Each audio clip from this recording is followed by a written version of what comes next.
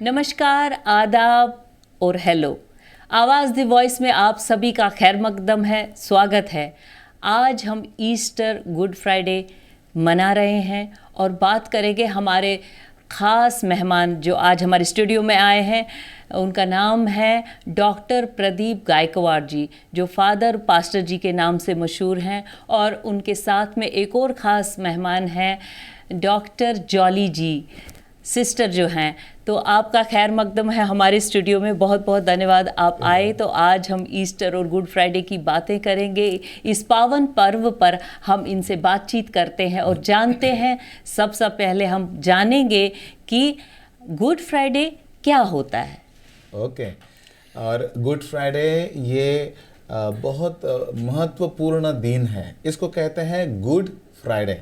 Good Friday का मतलब ये है कि ये हमारे लिए बहुत गुड है, हमारे लिए बहुत अच्छा है। लेकिन यीशु मसीह के लिए ये दिन बहुत कठिन दिन था।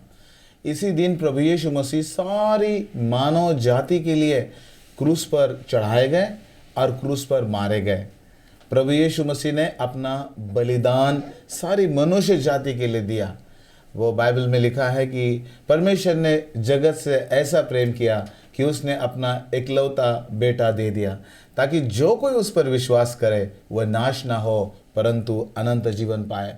तो गुड फ्राइडे मतलब इसी दिन प्रभु यीशु मसीह क्रूस पर मारे गए, उन्होंने अपना पूरा बलिदान दिया। इसलिए हम यीशु मसीह पर विश्वास करते हैं। और ये विश्वास सिर्फ हम नहीं कर सकते, हर कोई कर सकता है कि ये गुड फ्राइडे मतलब जो है प्रभु ने हमारे लिए ये पावन बलिदान दिया। ये बलिदान उसने अपना जीवन का दिया और उसने सारी दुनिया के लिए दिया। आज जो कोई प्रभु यीशु मसीह पर विश्वास करता है, अनंत जीवन उसका है। एक्चुअली बहुत सारे व्यक्ति समझ नहीं पाते ये गुड फ्राइडे क्या है। मैं आपको बाइबल में से बताऊंगा कि यीशु मसीह क्रूस पर क्यों मारे गए। बहुत सारे लोग जो है उनको दंड की आज्ञा दी गई। बहुत सारे लोगों को दंड की आज्ञा दी जाती है, मरने तक फांसी, या जो है आजन्म जो है उनको कैद में रखा जाता है या जेल में रखा जाता है। लेकिन यीशु मसीह को क्यों जो है ये फांसी की शिक्षा, या हम कह सकते हैं कि क्रूस की शिक्षा दी गई। ये क्रूस की शिक्षा जो है उस समय रोमी साम्राज्य में अलग अलग लेवल की शिक्षा हुआ करती थी। और ये क्रूस की शिक्षा जो थी वो सबसे टॉप शिक्षा थी। इतनी बड़ा दंड था ये कि बड़ा घोर अपराध जो करता था उसको ये दंड दिया जाता था। लेकिन यीशु मसीह निष्पाप थे। यीशु मसीह ने एक भी पाप नहीं किया। यीशु मसीह की शादी भी नहीं हुई। यीशु ने उनका जीवन संपूर्ण मनुष्य जाति के लिए दिया। मैं इस समय पे एक वचन आपको पढ़ के दिखाना चाहता हूँ। और वो जो है बाइबल में लिखा है, और तुम जानते हो कि यीशु इसलिए प्रकट हुआ कि पापों को हर ले जाए। पापों को हर ले जाए। वाह। आपके पापों को हर लेने के लिए प्रभु यीशु मसीह ने अपनी कुर्बानी दी। उन्होंने कोई अपराध नहीं किया था। और उनके मरने के पहले, क्रूस पर चढ़ाए जाने के पहले, उन्होंने अपने सारे चेलों को बता दिया था कि मैं इस प्रकार की मौत से मरने वाला हूँ। और ये इसलिए मरने वाला हूँ ताकि सारी दुनिया के लिए पापों के जो है हरने के लिए मैं ऐसी क्रूसिफिकेशन डेथ मेरा जो है होने वाला है। ये सारी बातें जो है प्रभु यीशु मसीह ने अपने चेलों को पहले से बताई थी। ये भी बताया था कि वो मरने के बाद फिर से तीसरे दिन जी उठेंगे। तो इस दुनिया में ऐसे कोई भी देवी देवता नहीं है कि जो मरने के बाद में फिर से जी उठे। लेकिन वो यीशु ही एक ऐसा परमेश्वर है कि जो मरने के बाद फिर से जी उठा, क्योंकि यीशु मसीह को मौत पर अधिकार है, पाप पर अधिकार है। उसने एक भी पाप अपने जीवन में नहीं किया। और उसका शैतान के ऊपर भी अधिकार है। बहुत सारे लोग जो है दुनिया में शैतान से ग्रसित है और दुष्ट आत्मा से भरे हैं, और वे हमारे पास आते हैं और वो कहते हैं कि हमें छुटकारा चाहिए। जब हम ऊपरी हवा कहते हैं इसको, जब हम उनके लिए प्रार्थना करते हैं तो तुरंत उनकी बीमारियां दूर हो जाती है। आप भी हमें तो संपर्क इसका मतलब है कि गुड फ्राइडे के दिन यीशु मसीह ने पूरे उनके सारे दुख हर लिए और उनको खुशियां ही खुशियां बांटी, इसीलिए इसको गुड फ्राइडे मानते हैं, मनाया जाता है। Yes, yes, ताकि yes.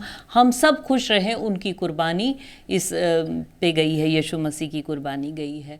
एक्चुअली यीशु मसीह ने अब कीमत चुका दी है जी, हमारे जी, छुटकारे के लिए, हाँ, हमारी शांति के लिए, आपकी खुशियों के लिए, हमारी खुशियों के लिए, हमारे पाप क्षमा के लिए, और हमारे इस जीवन के बाद अगले जीवन के लिए भी यीशु मसीह गारंटी देते हैं और कहते हैं जो मुझ पे विश्वास करेगा वो अनंत जीवन पाएगा। यूहन्ना 3:16 कहता है कि परमेश्वर ने जगत से ऐसा प्रेम किया कि उसने अपना इकलौता पुत्र दे दिया ताकि जो कोई इस पर विश्वास करे वो नाश ना हो परंतु अनंत जीवन पाए। अच्छा सिस्टर जॉली जी, हम आपसे पूछना चाहेंगे, तो ये तो हमें खुशी का संदेश मिल ही गया कि खुशियाँ सबके जीवन में आए, इतना बड़ा संदेश यीशु मसीह ने दिया है। हम आपसे पूछना चाहेंगे, देखिए फास्टिंग हर धर्म में होती हैं, चाहे हिंदू धर्म हो, आजकल रमज़ान चल रहे हैं, रोज़े चल रहे हैं, कोई भी धर्म हो। मैंने सुना है कि गुड फ्राइडे में भी फास्टिंग, ऐसा क्या होता है? फास्टिंग एक्चुअली यीशु मसीह ने दी हुई हमें आज्ञा है। यीशु मसीह ने फास्टिंग करी और बाइबल में बहुत सारे ऐसे हीरोज़ हैं, मूसा हैं, दाऊद है, ऐसे दानियल है जिन्होंने उपवास किया जी। और नए नियम में भी यीशु मसीह जब इस पृथ्वी पे आए तो उन्होंने बहुत उपवास किया। और बाइबल बताती है कि ये दुष्टात्मा की शक्तियाँ बिना उपवास और प्रार्थना के नहीं जाती। तो हम उपवास करते हैं और उसके बाद हम जब प्रार्थना करते हैं तो वो पावरफुल प्रार्थना होती है, अभिषेक प्रार्थना होती है। कैसे डिसिप्लिन है उसका, मतलब फास्टिंग का? फास्टिंग का हम खाना नहीं खाते, खास तौर से पाप से अलग रहते हैं। इंटरनेट, व्हाट्सएप पे जो बहुत सारे लोग अपना टाइम वेस्ट करते हैं इंटरनेट के पे। How you started day with, मतलब फास्टिंग आप कैसे शुरुआत करते हैं? पानी पी के आप उपवास करते हैं। कुछ लोग जो है वो बिना पानी के उपवास करते हैं। और जो है उपवास मतलब क्या, फास्ट को कैसे तोड़ते हो आप? एक्चुअली फास्ट मतलब क्या? फास्ट मतलब ना खाना। क्या नहीं खाना? जो है सबसे पहली बात खाना नहीं खाना, और जो है बहुत सारी चीज़ें खाना मतलब खाना ही नहीं। दूसरी बात यह कि जो है पाप करना नहीं, जो है सिर्फ उपवास खाने का नहीं है, पाप भी नहीं करना। सिर्फ उपवास के समय नहीं, लेकिन हमेशा पाप नहीं करना। जो है फेसबुक, इंटरनेट वगैरह सारी बातें जो है वो करना नहीं। फास्ट कैसे तोड़ते हैं आप, जो है डिपेंड करता है कि आप जो है किस प्रकार का फास्ट करते हैं। अगर आप बहुत कड़क उपवास करते हैं तो ऐसे भी पाए जाते हैं उसके भक्त लोग कि जो पूरे 40 दिन उपवास करते हैं। अच्छा। ऐसे भी मैंने देखे कि बिना कुछ खाए, सिर्फ पानी के ऊपर 40 दिन उपवास डेली पानी पीते हैं, फिर उपवास करते हैं, कड़क उपवास करते हैं। लेकिन ज्यादातर मसीही लोग, हम लोग जो है शाम के समय में छोटा सा जरूर एक जो है खाना खा लेते हैं, जिससे मनुष्य को ताकत मिले और वो आगे बढ़ सके। और इसलिए इस प्रकार हम उपवास तोड़ते हैं। उपवास तोड़ते समय आप जिस समय शाम को खाना खाते हैं उसी समय हम खाना खा लेते हैं। तो सिस्टर जॉली जी, ये सिर्फ गुड फ्राइडे के दिन ही फास्टिंग होता है या एनी डे कुछ और है आपका नियम? नहीं, हमारे चर्च में हम इन दिनों गुड फ्राइडे के दिनों में तो 40 दिन हम रखते हैं, लेकिन हम वैसे हर बृहस्पतिवार को भी उपवास करते हैं। हफ्ते में 2 दिन हम उपवास करते हैं। हर बृहस्पतिवार, हर शनिवार हम उपवास करते हैं। शनिवार को खास तौर से आज भी हमारा उपवास है। आज हम यहाँ उपवास के साथ ही बैठे हैं और कल की सभा के लिए हम प्रार्थना कर रहे हैं। और कल की सभा के लिए हम प्रभु से मांग रहे हैं कि बहुत सारे भाई बहन आए और जो वो अपनी विनतियाँ लेकर अपने मन में आ रहे हैं वो मान्य की जाए प्रभु से। और उनके बड़े बड़े उनको ब्रेक थ्रूज मिले उनके जीवन में। बीमारियों के साथ आते हैं लोग, परेशानियों के साथ आते हैं, तो हम उनके लिए उपवास कर रहे हैं ताकि प्रभु यीशु मसीह हम के द्वारा प्रभु यीशु मसीह उनको चंगाई दे। हम उनकी विनतियों को प्रभु के पास पहुंचाते हैं। और बहुत बड़े बड़े चमत्कार हुए हैं उपवास में बहुत बड़ी ताकत है। और जो है बाइबल में लिखा है कि ये शैतान की जाति बिना उपवास प्रार्थना के द्वारा नहीं निकलती। बहुत सारे लोगों के पीछे पीछे दुष्ट आत्मा रहती है। कभी कभी जो है वो पीढ़ी जातों से लंबा हाथ उनके ऊपर रहता है, जिसको आप कहेंगे। तो फादर हमें ये बताइए कि ईस्टर क्या होता है, ईस्टर कैसे मनाया जाता है? ईस्टर जो है इसलिए मनाया जाता है क्योंकि जो है शुक्रवार के दिन प्रभु यीशु मसीह मर गए, क्रूसिफिकेशन हुआ और वो संडे के दिन जो है मुर्दों में से फिर से जी उठे। और प्रभु यीशु मसीह मुर्दों में से जब जी उठे तब सारे चेले हक्का बक्का हो गए, अरे हमारा यीशु मसीह फिर से जी उठा, हमारा गुरु, हमारा स्वामी, इतने खुश हो गए। और वे सब लोग इकट्ठे हुए। जब सारे चेले जो है अंदर जो है रूम में डरे हुए थे, उस समय एकदम यीशु मसीह आते हैं, क्योंकि वो डरे थे, रोमी सरकार से परेशान थे, और यीशु मसीह आते हैं और कहते हैं तुम्हें शांति मिले। सारे हक्का बक्का रह गए। और वहाँ पे थोमा नाम का एक चेला था, उसने कहा कि वो उस समय उस भीड़ में नहीं था। उसने कहा जब तक मैं यीशु मसीह को देखूंगा नहीं और जब तक उसको स्पर्श नहीं करूंगा तब तक मैं विश्वास नहीं करूंगा। और जब एकदम यीशु मसीह उसके बाद में अगले इंसिडेंट में जो है एकदम यीशु मसीह उनके सामने भी खड़ा होता है, कहते थोमा देख मेरे हाथ, मैं फिर से जी उठा हूँ। और वो कहता है मेरे प्रभु, मेरे स्वामी, ऐसा कह के जो है थोमा एकदम विश्वास करते हैं। प्रभु यीशु मसीह मुर्दों में से जी उठने के बाद में 40 दिन अपने चेलों के साथ रहे। और उसके बाद में गलील नाम की एक जो है एक शहर था, उस गलील के पहाड़ पे वहाँ पे तकरीबन 500 लोग थे। उन सब के सामने प्रभु यीशु मसीह ऊपर उठा लिया गया।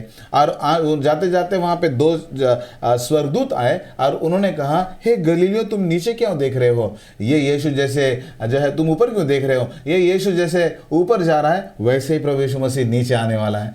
एक दिन प्रभु यीशु मसीह, हम विश्वास करते हैं एक दिन प्रभु यीशु मसीह हमको लेने के लिए आने वाला है, सारी दुनिया का न्याय करने वाला है। पहला समय में सारी पृथ्वी पानी के द्वारा नष्ट हुई। बाइबल के अनुसार अब दूसरी बार पृथ्वी जो नष्ट होगी वो आग के द्वारा नष्ट होगी। अब वो देखते हैं सारे देशों के पास बड़े बड़े एटम बॉम्ब हैं, और कहा जाता है, बड़े बड़े वैज्ञानिक ये कहते हैं कि इतने सारे एटम बॉम्ब बन चुके हैं इस पृथ्वी पर, इन सारे शहरों के पास, देशों के पास, कि ये सारी पृथ्वी 30 बार जल के भस्म हो जाएगी। और जो प्रभु का वचन है बाइबल में कि अंतिम युग जो है वो आग के लिए रखा गया है, वो पूरा होने वाला है। कि ये सारी पृथ्वी अब जो है हम देखते हैं कि महायुद्ध की तैयारी हो रही है। इसका मतलब हम ये समझते हैं कि यीशु मसीह बहुत जल्दी आने वाले हैं।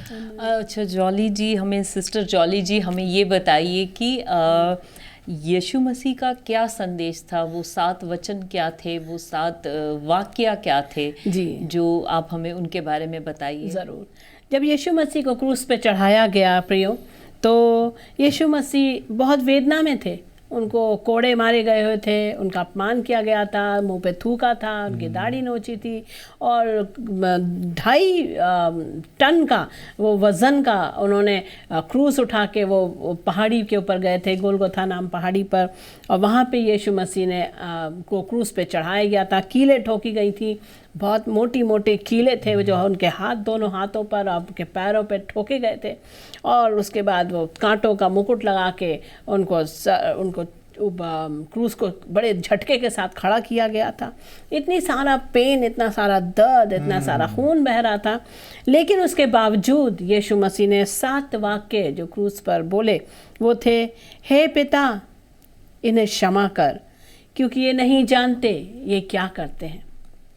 थोड़ी देर के बाद दूसरा उनके दूसरी शब्द जो उन्होंने बोले, या दूसरा वाक्य उन्होंने बोला, उनके दोनों तरफ एक्चुअली वहाँ पर एक नियम था कि जो क्रिमिनल्स थे या जो गुनहगार लोग थे, वो उन चोरों को, डकैतों को क्रूस की सज़ा दी जाती थी, और वो बहुत ही एक्सट्रीम लेवल होता था क्रूस की मृत्यु। उसमें यीशु मसीह को क्रूस की मृत्यु की सज़ा सुनाई गई थी, जबकि वो बेगुनाह थे। लेकिन उनके दोनों तरफ 2 चोर थे। उनमें से एक चोर जो था वो फिर भी प्रभु का, यीशु मसीह का मजाक उड़ा रहा था और कह रहा था कि तू अगर प्रभु है तो नीचे उतारा और हमको भी उतार दे। लेकिन उसी समय दूसरा चोर जो था वो जानता था कि यीशु मसीह परमेश्वर है। वो जानता था कि ये ज़रूर कोई व्यक्ति है, विशेष व्यक्ति है, और वो हम तो अपने पापों की सज़ा पा रहे हैं, लेकिन यीशु मसीह तो कुछ नहीं किया। तू क्या परमेश्वर से नहीं डरता? ऐसा उसने डांटा। तो यीशु मसीह ने दूसरा शब्द बोला कि आज ही तू मेरे साथ स्वर्गलोक में होगा। तो यीशु मसीह ने उसको वहीं के वहीं उसको स्वर्ग के लिए क्योंकि ऐसा इसलिए हुआ क्योंकि उसने यीशु मसीह को पहचान लिया। आज हमें पहचान की ज़रूरत है। तीसरी बात जब यीशु मसीह ने बोली, एक्चुअली उनके साथ जिस माता मरियम के द्वारा उनका जन्म हुआ वो भी वहाँ थी, और एक चेला भी वहाँ था। और यीशु मसीह ने इस स्थिति में भी, क्रूस पे चढ़े हुए भी, अपनी जिम्मेदारी को वो भूले नहीं, और उन्होंने कहा, यह नारी देख ये तेरा पुत्र। मतलब यीशु मसीह के मरने के बाद, जाने के बाद कौन संभालेगा माँ को? तो उन्होंने वो माँ की जिम्मेदारी अपने चेले को दे दी और चेले से कहा ये तेरी माता। तो उस बाइबल बताती है उसके तुरंत बाद वो उसको अपने घर ले गया, मतलब उसने जिम्मेदारी संभाली। उसके बाद हम देखते हैं प्रभु यीशु मसीह का चौथा वचन जो उसने अपने मुंह से बोला, क्योंकि वो बहुत दर्द में थे और यीशु मसीह हमारे लिए पाप बन गए। वो पापी नहीं थे, वो पाप बन गए और सारे दुनिया भर का पाप उनके ऊपर लाद दिया। और परमेश्वर पाप से घृणा करता है, तो उस समय थोड़े समय के लिए परमेश्वर पिता से वो अलग हो गए, दूर हो गए, परमेश्वर पिता दूर हो गए। तब यीशु मसीह ने कहा, हे पिता तूने मुझे क्यों छोड़ दिया। थोड़ी और समय बीता, बहुत गर्मी थी, बहुत धूप थी। धूप के समय ये क्रूस पे चढ़ाए गए थे यीशु मसीह और वो कहते हैं मैं प्यासा हूँ। और समय आता है जब यीशु मसीह ने सारी व्यवस्था को पूरा कर दिया, अपने जिम्मेदारी काम को पूरा कर दिया, जो सेवकाई उन्होंने इस पृथ्वी पे उनके लिए रखी गई थी वो भी पूरी हो गई, तो वो कहते हैं पूरा हुआ। और आखिरी वचन जब वो मृत्यु, देखिए यहाँ पे मौत उनको नहीं आई, मौत के ऊपर उन्होंने अधिकार प्राप्त किया। और क्योंकि वो ये कहते हैं वश में कर लिया, यस, वो कहते हैं हे पिता मैं अपनी आत्मा तुझे सौंपता हूँ। तो यीशु मसीह ने अपनी आत्मा सौंपी, जो आत्मा उनको दी गई थी वो आत्मा उन्होंने वापस सरेंडर कर लिया अपने आप को, अपनी आत्मा को। तो ये 7 वचन थे जो यीशु मसीह ने क्रूस पे बोले। बहुत खूबसूरत। तो अब हम इस पावन समय पे जो प्रभु यीशु मसीह जो है ईस्टर के दिन जो है, हम ईस्टर का मतलब जो है उसके तो सेलिब्रेशन है ना, क्योंकि अब फिर से आ गए वो इस दुनिया में आ तो गए। एक वचन मैं पढ़ना चाहता हूँ, बहुत सुंदर वचन। यहाँ लिखा है मरकुस 16 अध्याय, जब सब्त का दिन बीत गया तो मरियम मगदलिनी और याकूब की माता मरियम और शमोनी ने सुगंधित वस्तुएं मोल ली कि आकर उस पर मले। और सप्ताह के पहले दिन बड़ी भोर जब सूरज निकला ही था, वे कब्र पर आई और आपस में कहती थी कि हमारे लिए कब्र के द्वार पर से पत्थर कौन लुढ़काएगा। तब उन्होंने आंख उठाई तो देखा पत्थर लुढ़का हुआ है, क्योंकि वह बहुत बड़ा था। और कब्र के भीतर जाकर उन्होंने एक जवान को श्वेत वस्त्र पहने हुए और दाहिनी ओर बैठे देखा और बहुत चकित हुई। उसने उनसे कहा, चकित मत हो, तुम यीशु को जो क्रूस पर चढ़ाया गया था ढूंढती हो, वह जी उठा है, यहाँ नहीं है। और देखो वह स्थान जहाँ उन्होंने उसे रखा था, परंतु तुम जाओ और उसके चेलों को पतरस से कहो कि तुमसे वह पहले गलील को जाएगा, जैसा तुमने कहा था वैसे ही उसे देखोगे। और वे निकलकर कब्र से भाग गई, क्योंकि कपकपी और घबराहट उन पर छा गई, और उन्होंने किसी से कुछ न कहा क्योंकि वो डरती थी। यहाँ पे प्रभु यीशु मसीह जी जब उठे, तब यहाँ पे स्वर्गदूत ने उनको बताया कि यीशु मसीह जी उठे हैं। बहुत खूबसूरत। तो अब हम फिर से आते हैं सिस्टर जॉली जी के पास। अब बताइए इस ईस्टर को मनाने में, क्योंकि इतनी मतलब वापसी है, यीशु मसीह की वापसी आ गई, फिर से वो जीवित हो गए, तो इसमें क्या खास तरह का कुछ पकवान बनते हैं, या बाद में हम म्यूज़िक की भी बात करेंगे और आपसे सुनेंगे भी किस तरह के गीत गाए जाते हैं। तो पकवान क्या कुछ खास स्पेशली बनता है यीशु मसीह के लिए? क्योंकि ये एक बहुत ही जश्न का समय है, क्योंकि यीशु मसीह तीसरे दिन जी उठे, तो हर मसीह घर में हम लोग सच में नए कपड़े पहनते हैं। ओके जी हाँ, तैयारियां होती हैं हमारी, जैसे क्रिसमस पे या बड़े दिन पे हम नए कपड़े पहनते हैं, वैसे ईस्टर पे हम नए कपड़े पहनते हैं और हम अच्छा खाना बनाते हैं। ऑफ कोर्स जो नॉन वेज है वो फिर नॉन वेज बनाते हैं, बिरयानियाँ बनती हैं, और जो वेजिटेरियन है वो अपना वेजिटेबल पनीर वगैरह बनाते हैं। तो चर्च में किस तरह की सेलिब्रेशन, बच्चों में क्या चहल पहल होती है इस दिन? ज़्यादातर हम सेलिब्रेशन ये करते हैं कि प्रभु यीशु मसीह आए, और यहाँ पे चर्चेस में सर्विसेज होती है। सर्विसेज होती है। सर्विसेज होने के बाद में घर में लोग अपने अपने घर में जाके सेलिब्रेशन करते हैं। तो चर्च के पास्टर को जो है चर्च के सदस्य बुलाते हैं, कई जो है जश्न होता है, पार्टियां होती है, आसपास के लोग जो एक दूसरे को बुलाते हैं। आप चर्च में दोनों हैं तो सेवा करते हैं, फादर हैं, आप सिस्टर हैं, तो आप हमें ये बताइए कि प्रेयर का डे कौन सा होता है? प्रेयर इज द ऐसी चीज है कि जो हर रोज करनी, हमको हर रोज करनी है, specially on Good Friday and Easter. Yes, we all हम सब लोग जो इकट्ठा हो जाते हैं है ना, और आके हम इकट्ठा होके प्रेयर करते हैं। Okay, हमारी सर्विसेज होती है, उस समय प्रेयर ही प्रेयर होती है। जी जी Yes. जी जी, गुड गुड। तो अब हम सॉन्ग्स की तरफ आते हैं जी, कि यीशु मसीह का जब जन्म हुआ दोबारा से, तो उस पे क्या क्या सॉन्ग्स तो सुनते हैं आपके songs? जरूर जरूर। पहले तो हम गुड फ्राइडे का एक गीत हाँ, देखेंगे। पहले गुड फ्राइडे से ही शुरुआत करेंगे, फिर समापन ईस्टर से करेंगे। प्रभु यीशु मसीह हमारे लिए क्रूस पर चढ़ाए गए, और अगर आज हम प्रभु यीशु मसीह पर विश्वास करते हैं तो वो आपके सारे पापों की क्षमा करेगा और आपको आनंद देगा। तो आइए सुनते हैं सॉन्ग यीशु मसीह जी उठे हैं सेलिब्रेशन के साथ।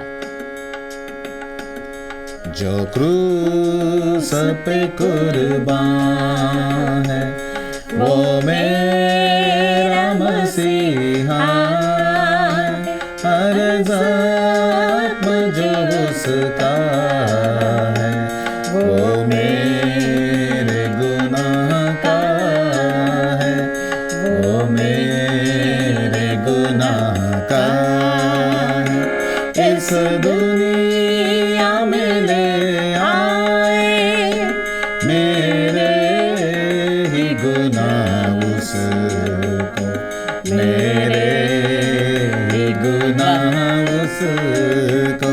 ये जुल्म सितम उस पर मैंने ही कराया है, मैंने ही कराया है। जो क्रूस पे कुर्बान है वो मेरा मसीहा है, हर ज़ख्म जो उसका है वो मेरे गुनाह का है, वो मेरे गुनाह का है।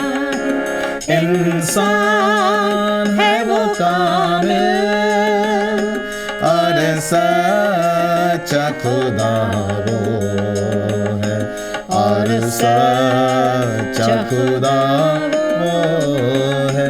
वो प्यार का दरिया है, सच्चाई का रास्ता है, सच्चाई का रास्ता है। जो क्रूस पे कुर्बान है वो मेरा मसीहा है, हर ज़ख्म जो उसका है वो मेरे गुनाह का है, वो मेरे गुनाह का है। देने को मुझे जीवन खुद मौत सही उसने, खुद मौत सही उसने। क्या खूब है कुर्बानी, क्या प्यार अनोखा है, क्या प्यार अनोखा है। जो क्रूस पे कुर्बान है वो मेरा मसीहा है, हर ज़ख्म जो उसका है वो मेरे गुनाह का है। बहुत खूबसूरत, मेरे गुनाह का बहुत खूबसूरत। अब ईस्टर सेलिब्रेशन पे Yes, कुछ गाओ, लाइंस, गाओ। 2 लाइंस और हो जाएं। गाँव गाओ जैकी, वही बता। जी हाँ, हमारा प्रभु यीशु मसीह मुर्दों में से जी उठा, और इसलिए हम बहुत आनंद के साथ गीत गाते हैं और प्रभु की आराधना करते हैं कि यीशु मसीह जीवित हो गया है, हालेलुया, मुर्दों में से जी उठा उठे है। हैं, हाँ और ये हमारा विश्वास है कि बहुत जल्दी प्रभु यीशु मसीह आएंगे तो हम भी मुर्दों में से जी उठने वाले हैं, जो मर गए हैं प्रभु में, और हम जो जीवित हैं उनको प्रभु एक नया शरीर दे के हमें अपने साथ ऊंचा उठाने वाला है। गावो गावो जय के गीत गावो, तारी बजाकर तुम गाओ, गाओ गाओ जय के गीत गाओ, ताली बजा के तुम गाओ। यीशु राजा जिंदा हुआ, हालेलुया, खुशी से यह सबको सुनाओ। यीशु राजा जिंदा हुआ, हालेलुया, खुशी से यह सबको सुनाओ। कब्र पर था एक बड़ा पत्थर, देखो कैसा हट गया वो। कब्र पर था एक बड़ा पत्थर, देखो कैसे हट गया वो। रोमी राज की मोहर बंद न रख सकी कभी भी ईश्वर के पुत्र को। रोमी राज की मोहर बंद न रख सकी कभी भी ईश्वर के पुत्र को। और रो मत विलाप करो मत, गलील में जाकर कहो बात। रो मत विलाप करो मत, गलील में जाकर कहो बात। कि वो वचन के अनुसार कब्र से निकला, जाओ सुनाओ समाचार। कि वो वचन के अनुसार कब्र से निकला, जाओ सुनाओ समाचार। ओहो गाओ गाओ जय के गीत गाओ, ताली बजा के तुम गाओ। गाओ गाओ जय के गीत गाओ, ताली बजा के तुम गाओ। यीशु राजा जिंदा हुआ, हालेलुया, खुशी से यह सबको सुना। वाह वाह वाह वाह वाह, Thank you, ताली thank you. बजा कर गाओ। God bless you, God बहुत bless खुशी you. की बात है, बहुत बहुत शुक्रिया। ईस्टर बहुत बहुत मुबारक हम सभी को। बहुत शुक्रिया कि आवाज़ द वॉइस के स्टूडियो पे आप आए और हमने ईशा मसीह की बातें की और ईशा मसीह को गुनगुनाया आप लोगों ने। बहुत बहुत धन्यवाद, बहुत बहुत धन्यवाद। Thank you. God bless you.